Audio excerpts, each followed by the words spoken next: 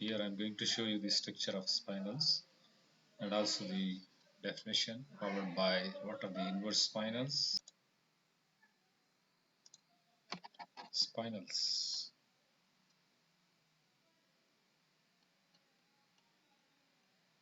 Already I have explained this in my first few lectures, that is on the slideshow that I carried at the beginning of these sessions. So here is the structure of spinel. The general structure of spinel you have to write is AB2O4. Okay, so the spinel, the red cubes are also contained in the back half of the unit cell. That is, these red cubes are the B atoms, right? What B atoms are, we are going to see here. But you must know that it has got the main thing as oxygen. Okay, so here is a small cube. This cube is occupying one of the portions of the cube. So in the examination, you will be required to draw the cubes like this. So you have to draw the cube beginning with these things, and you have to join these lines, and get a cube. Okay. So at the end, see how we can draw. And one of these cubes, that is, if you draw this, you get eight portions. Okay. This front one is underlined here. The front portion is underlined here. This one. Okay. This is a small cube, and this is a small cube there. So if this is cube 1, this will be cube 2, and here you can have another thing as small cube 3, and this will have cube 4. If you have 4 cubes on the top and 4 cubes at the bottom, 4 plus 4 cubes, so you can have a total of 8 cubes that you could draw it in the examination using this pattern. So after drawing this pattern, you can have one of the smaller cubes inside alternating cubes. If it is at the back, front cube doesn't have it, and then at the bottom, this cube will have an octahedra. I'm sorry, the tetrahedra. So the tetrahedra is the same as this one, and this tetrahedra is occupying the corners of the a cube, small cube. The oxygen atoms are occupying 4 corners, 1, 2, 3, 4. You can see that in a small cube, this is missing, and then there is oxygen. This is missing, then there is oxygen. And likewise, you have this one is missing, there is oxygen. This one is missing, there is oxygen here, and this one is missing. So alternative, if you draw it, you get a something which you call it as the tetrahedra. So tetrahedra actually is something like this. You have seen how it takes up this shape like this. So you can have the central atom there. So likewise, the tetrahedra can have atoms of the type AO4. Okay, like for example, you can have SiO4 is an example like that, or A4O4 simple cube. What is A4? Here you got 4 atoms of A, 1, 2, 3, and 4. Okay, and then 4 atoms like this, 1, 2, 3, and 4. So 4 plus 4, this 4 and this 4 is what you are going to use. You can have small cubes of a tetrahedra or a regular tetrahedra like that. So this is the basic structure you have to begin with, but you must remember what Ab2O4 is, the magnesium, that is the spinel formula. And here is the definition. The spinels have the general formula Ab2X4. Here X stands for oxygen.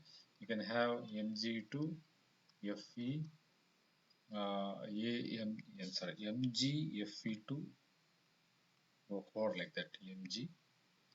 MgFe2O4. So A is Mg, B2 is Fe2, X4 is oxygen 4 atom. So this is the most basic structure of the magnesium that is spinel. And the A atoms are considered as a bivalent atoms. That is A2 plus atoms, like for example magnesium, chromium, manganese, ferrous, cobalt, nickel, copper, zinc, cadmium, and strontium are examples. Likewise, you have B, that is the next atom. This atom is found to be trivalent.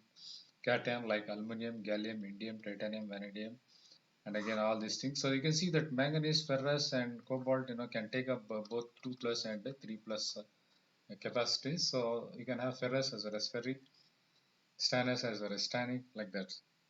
And X usually is oxygen in most of the cases. It is not in some cases it is sulfur and selenium. So example of normal spinel is given as Mg here 204, that I have given here as MgFe204. This is known as some spinel. Some examples you have to remember: Mn3O4, zinc, Fe2O4. Here you can see that Mn3O4 actually is going out like MnO4, Mn, uh, Mn2O4. This Mn is second one, Mn2O4. So this will be divalent and this will be trivalent. Okay. So the same atom can exist in both states, 2 plus and 3 plus, and therefore you can have a spinel length. Okay, so that is the beginning of that thing. So and here the 8 cubes that if you draw, you have to learn to draw the 8 cubes. Here the half cell is given there, half unit is given here. This one is a half unit, and you can see that in this half unit, the oxygen atoms will be at the corners of this half unit. So you can get an octahedra there. I'm sorry, the tetrahedra there. So this is a tetrahedra here. And also the same unit can have, half unit can have arrangements so that it becomes an octahedra. So you can have two patterns. So I think you are aware of the octahedra there. So this is the line that you have to draw. Uh, just a minute, I'll just underline how we get an octahedra. So this is an octahedra, right? And you are having the atoms like this,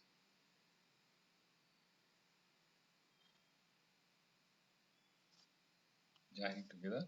So likewise, you'll have at the bottom from this place to this and this one. So this makes an octahedra.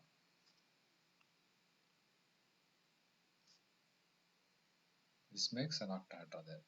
So you got 4 sides at the bottom, 1, 2, 3, and backward this fourth one, 4 on top.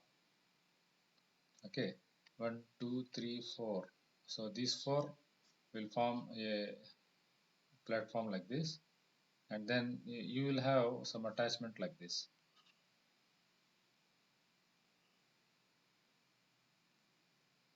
Okay, so 4 faces are there. These 4 faces are forming an octahedra there. And I shall tell you how these holes are there, these atoms are there in the unit cell. Alternatively, there, this is at the back, and then it will be at the front. This is at the back, and this will be at the front. So using the 4 cubes, the arrangement has been shown, and you can even see that between those two octahedras, there is a possibility of existence of a tetrahedra here. So if you are able to visualize and arrange the atoms, it will give understanding. Remember, the crystal growth structure is the ultimate thing. Whatever medicine and whatever material you want to make, you should have an idea of what a crystal structure is, how to create a crystal structure. So unless you get a good crystal structure, your work and you will not be approved by anybody. Okay. So a spinal unit cell is made up of 8 face-centered cubic. Face-centered means if this black circle is a face, then you will have one centered cell there. The anions usually are oxide ions, with O2 minus is given example here. They occupy the FCC lattice points. Lattice one is this one. These are the lattice points. These are the lattice points there. The divalent A2 plus occupies the 1/8 of the tetrahedral void, whereas the trivalent cations occupy half of the octahedral void. So you must know what is a tetrahedral void is, Okay. So I'm just going to draw the tetrahedral void there. This void is actually, you can get to know this. Just trying to draw. You have to draw in the examination. That is why I'm giving some effort to this.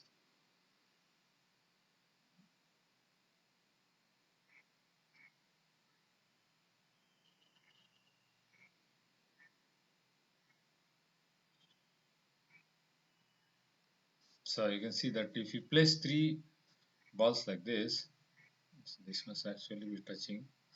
So I'm drawing again.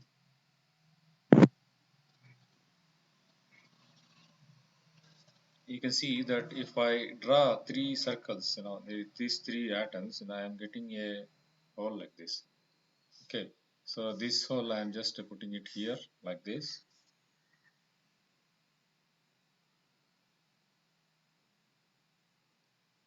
And this is an actually slightly circular in nature. This is called as the void. Void is an empty space there. So in this empty space, you can place another ball there. So if you just place another ball here above this, exactly above this, it forms a tetrahedron. How? You get an arrangement in which you have this particular atom as the first one, and this is second one, this is third one, and this one the fourth one. And I'm just going to draw the equivalent of this. First one is here, and second one is here, and third one is here, then fourth one is here. Second, third, and fourth. So this is quite regular. So in between you have a space here. So this space is what is calling as a void, and it depends on the size of the void, the elements that you are going to deposit there. Okay. So this is the case of the tetrahedral voids, and the trivalent cations occupy one of the octahedral voids. You can see that you have to remember the cations occupying is an important point there. 1/8 of the tetrahedral voids. 1/8 means after the 8, you will have 1 as the cation. And occupy the octahedral voids. What is an octahedral void? Again, the same thing I am just putting here. I'm just going to draw again. This thing, so that you have to be aware of this thing in the examination also. Okay. So here is the circle I am just taking up.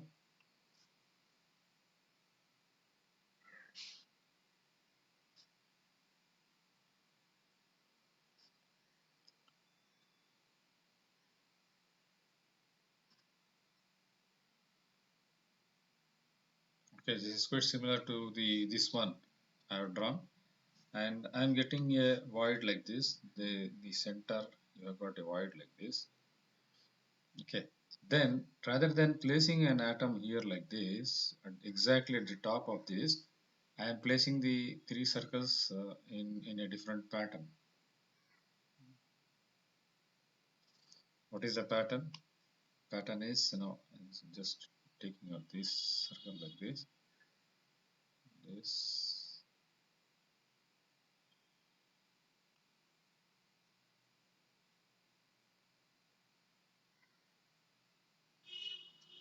like this, and then another one, just exactly like this.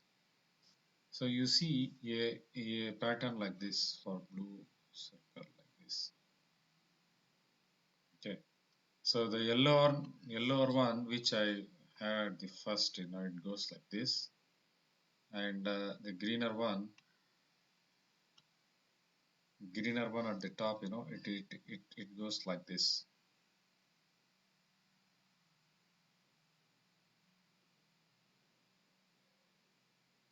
Okay. So you got two layers. Only if you take up this is drawn here. So if I am to complete here, it will go a circle like this, and this will take up a circle like this, and this will take up a circle like this. Okay. So likewise, the yellow air one will take up another circle like this. And this one will take up another circle like this. And here I am just taking up another circle like this.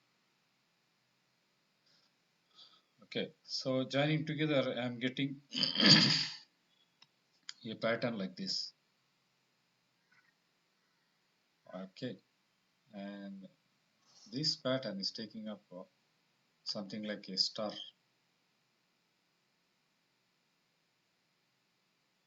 Okay. So this is what you call as an octahedral void.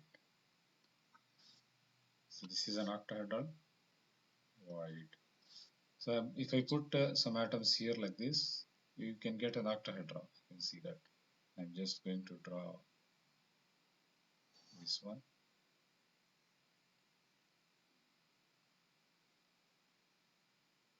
So you get an octahedron here. So the arrangement of the atoms should be such that you should be getting an octahedra and you should be getting a tetrahedra. And the size of the hole depends on the size of the atoms that are there and what you are going to place there. Okay. So that means, in the normal spinel, there are about 8 into 4, 32 anions occupying the lattice because you have got 1/8 of the points and the FCC cell. Whereas the number of divalent atoms occupying the tetrahedral voids is 8 into 1 by 8. See, why this is 8 into 1 by 8? No, I'm just going to tell you again this. Suppose if we have a cube like this, okay, I'm just taking up one atom here like this, right? If I take up this atom, this atom is common to first this cube, okay. Likewise, at the back, you will have another cube. This will be the first cube. This will be the second cube. That is this cell. This atom is common to first cube, second cube, and on this side, if you draw another, you can always draw another atom like this. You can draw another cube.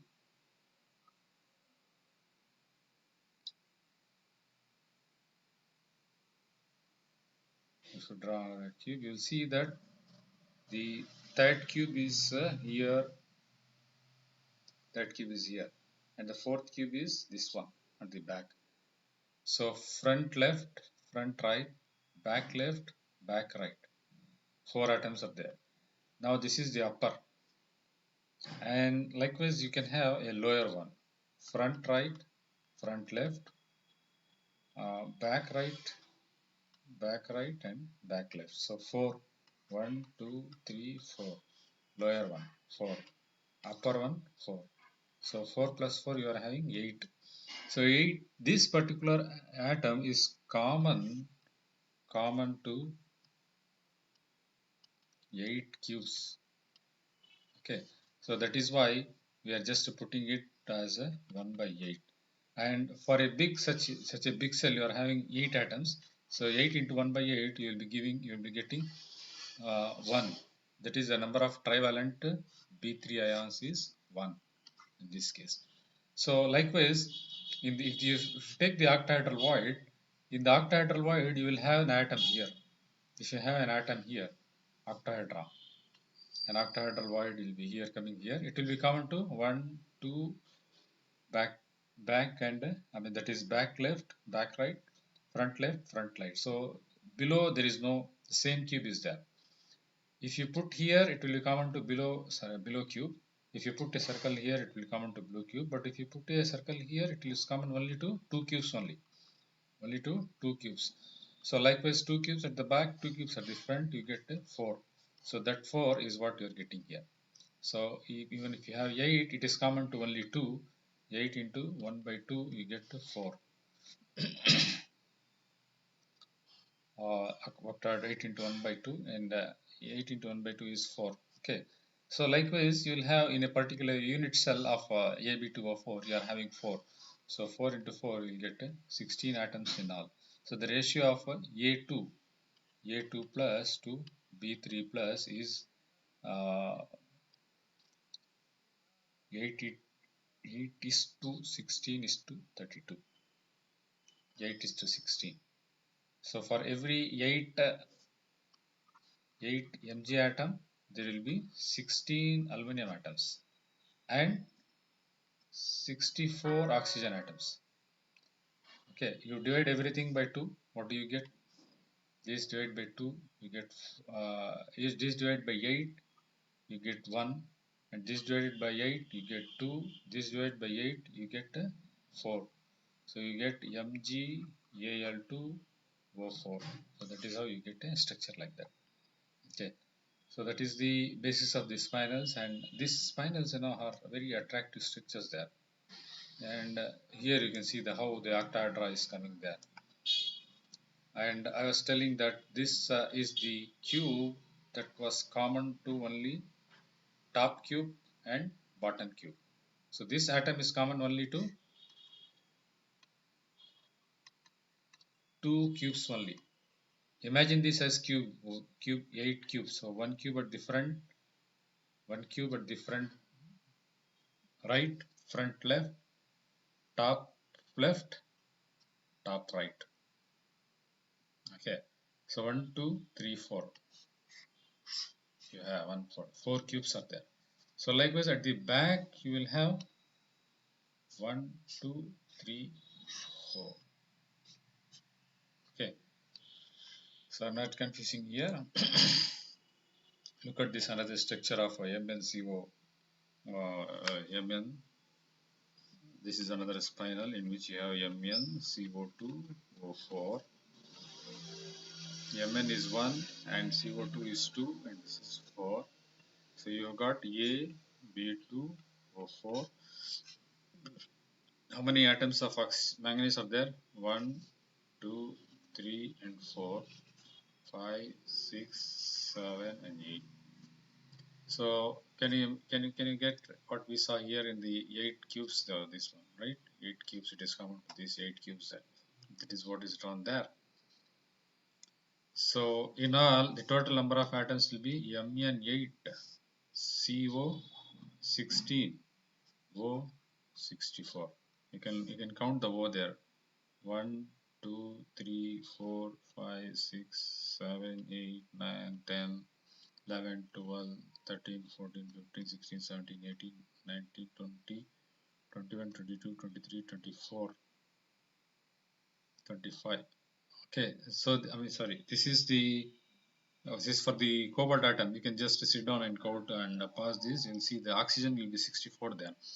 So every now and then you can see an octahedra and hexagonal structures there. So can you see this octahedra there? Here it is. Which example you can take? You can take this one, this one. Okay, or even this one. And look at this. If you have a cobalt, it is surrounded by 4 oxygen atoms. 4 oxygen atoms in a tetrahedral pattern. And if it is involving manganese, you can have an octahedra in which you have got 2 manganese atoms, 1, 2, 3, 4 oxygen atoms and 2 cobalt atoms. Okay, MnCO4 octahedral arrangement. So you don't have to worry a lot about this structure drawing. This simple structure is very important for you to. This is I am giving more importance to this. You draw 8 cubes, cube 1, cube 2 here. So I'll just extend it here like this. So you get 1, 2, 3, 4 cubes. This is the top layer ends here. This is the bottom. Okay. So again bottom you have 1, 2, 3. At the back side you will have 4. Back side you will have 4. So you can have 8 cubes. Draw 8 cubes. And after drawing 8 cubes, you just have to take up a simple A4O4 cube. This is A4O4 cube. You can see that's this cube that is drawn there, A4O4 cube. And also you can have another A4O4 cube here. If it is this one is front left and this one is back right. This one is front left and this one is back right. Okay, so likewise this is a tetrahedra. This is the front right. This is the front right and this is front back left. Okay, back left and back left you will have the tetrahedra. Okay, so draw 8 cubes. FL and BR will have A4O4 cube and FR and BL will have tetrahedron arrangements. Okay. So likewise, there is a concept of the inverse spinels also. What are the inverse spinels? The difference between the normal and spinel structure is in the structure of inverse spinels, one of these B atoms will go into this. So I think you know the Mg2, MgAl2O4 is there as an example. What happens in some cases is you'll get Al, MgAlO4. And what happens is one of these aluminum goes to this particular site or magnesium comes to this site. So this is the central site which is tetrahedral in nature. You got seen two sinks, tetrahedral, octahedral.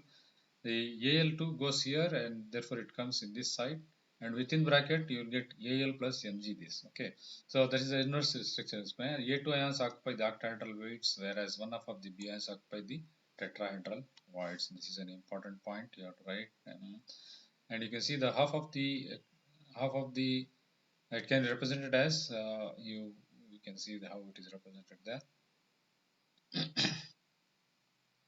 This is exactly written as Fe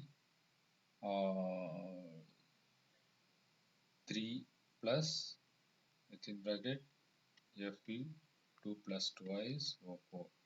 What is happening? This is normal spinel. Okay. In the inverse spinel, it goes to this thing like this. You get Fe. I'm sorry. This is Fe3 plus.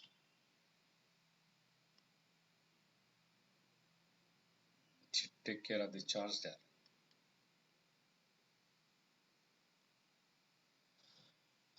Slowing down.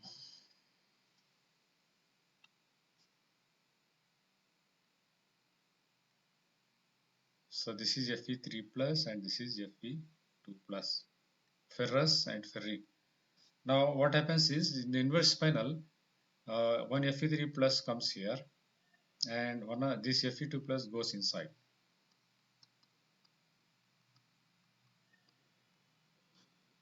So here you have two, right? Here also you are having 1 and 2.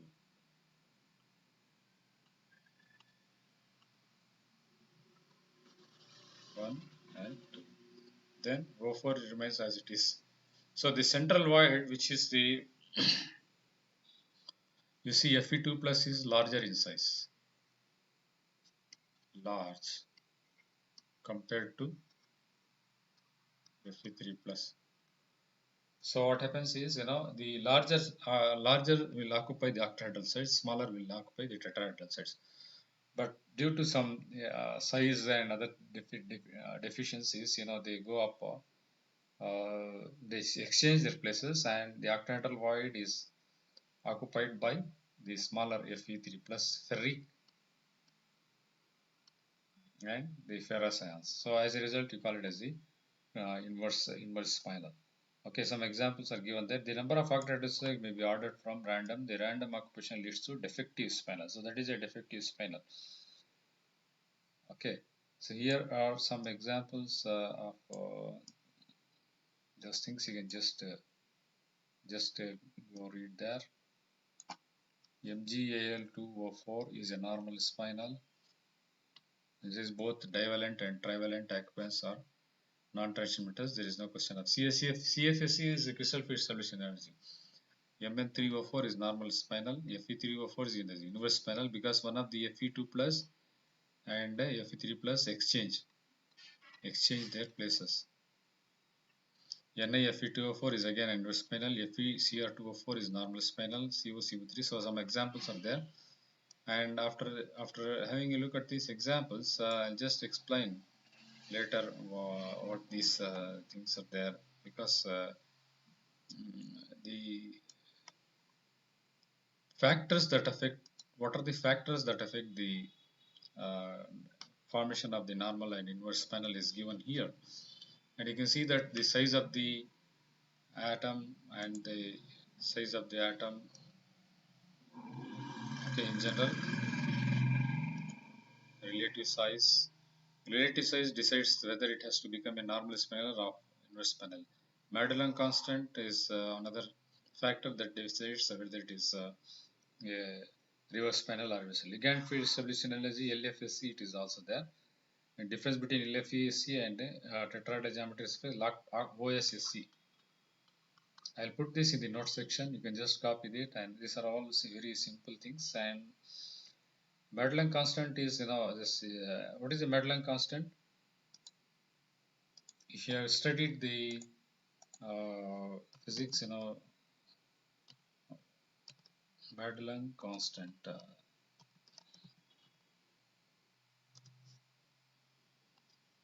is used to determine the electrostatic potential of single crystal by accumulating point charges, and its value is about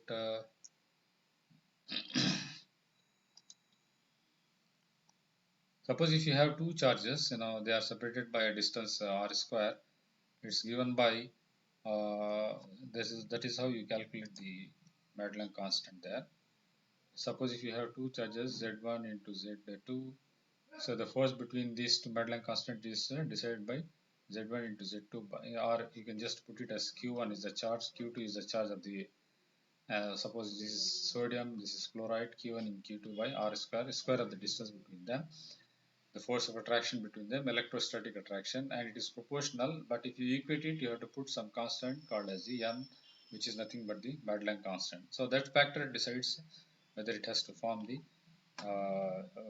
that has to form normal spinel or inverse spinel. Okay, I'll put these things in the note section. You just have to go through it, and I'll deal more with it in the next class. Thank you for joining me.